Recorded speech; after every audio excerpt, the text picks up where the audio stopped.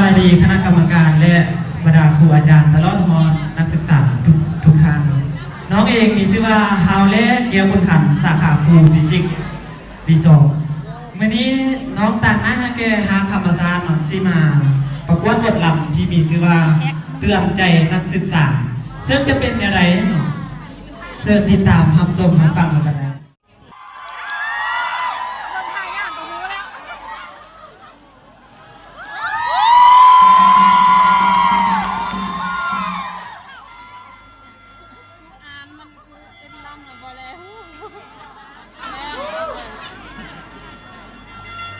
อย่าให้เด้อซู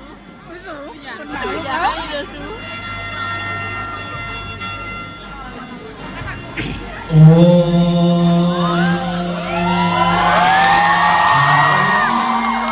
เสียงลำหองเพื่อนนุ่งสาวไว้ขาวสีไก่บานเห็นโตเหลียวมานี่ไก่จากแม่จากพ่อขอให้ฟังเรื่องนี้สิไก่มึงอย่ามานั่นกูแม่กูจับกล้องอยู่พี่สีเดือนเดือนละน้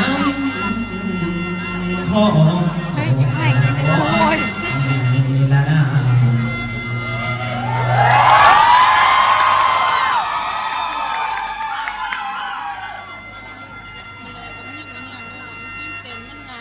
ฟังก่อนเด้อพี่น้องฟังลำลองเด้อตาหวานฟังเสียงลำดอกบอนบานสีก้าวไปให้มันแจ้งขอแสดงตามขอความเป็นจริง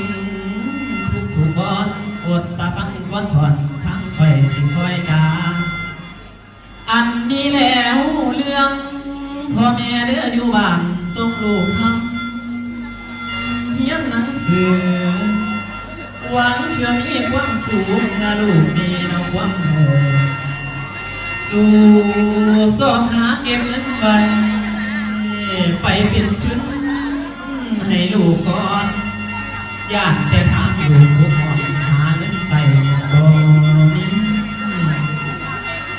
ซื้ออันนั้นอันนี้แล้วใส่ใจการศึกษาซื้อปากกาบิ๊กซอสต่อลงทั้งคืนขันบ่ทันกับเฝ้าสอกอายืนดอกไม้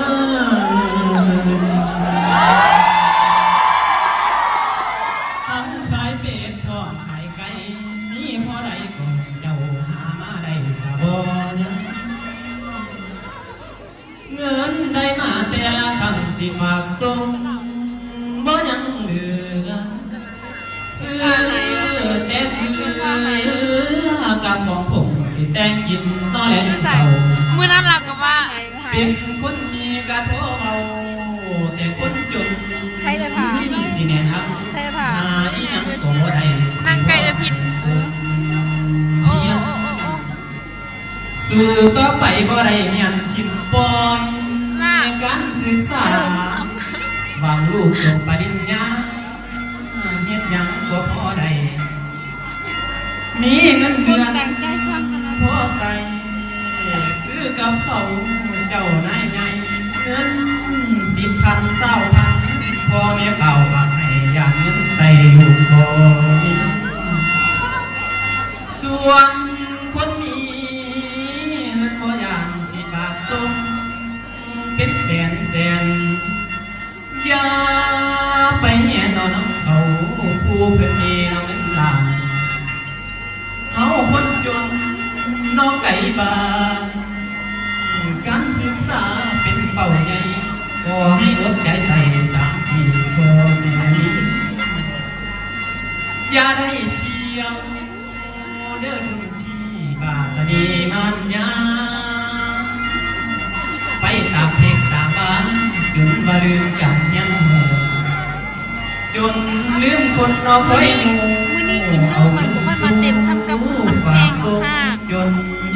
น้ำตาลังหอสิโง่ใส่ผู้ใดขอให้เจ้าอย่าได้เมาน้ำ มองหากันร้องอะไรมงสิ่งบดีนำข้าหายขอให้ไปน้ำใสอันแนวดีมีประโยชน์สมค่านั้นหาอยากลงสามได้นำใสปัจจุบันแห่งนับมือขันเปลี่ยนทางสังคมยามคาดงเขาหลวงสิเอาสวงน้อยบามีหลายอันมาล้มลองล่อเอาใจให้เจ้าเปลี่ยนลืมการทำการนี้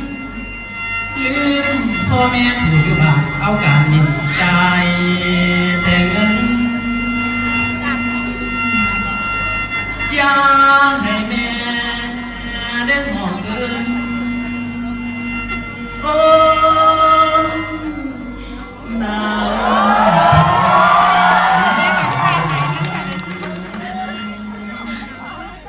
แสนหูไก่ลูกสาวคุณสิบ่สมน้องฟังเบาลองคิดดูเด้อสุนเจ้านักศึกษาทุกภาคทินขั้นได้ยินลำนี่แล้ว ก็ถามเมื่อไหร่